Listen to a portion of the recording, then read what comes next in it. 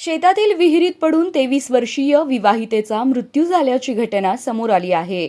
शेळ्यांना पाणी पाजण्यासाठी विहिरीजवळ गेलेल्या महिलेचा अचानक तोल जाऊन ती खोल विहिरीत पडली.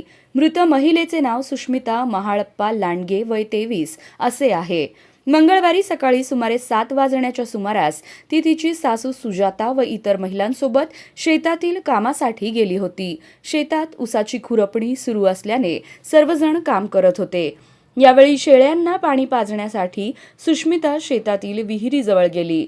विहिरीतून पाणी काढत असताना अचानक तिचा तोल गेला आणि ती खोल विहिरीत पडली. ही घटना लक्षात येताच तिचे पती महाळप्पा लांडगे तसेच स्थानिक नागरिकांनी तातडीने घटनास्थळी धाव घेतली.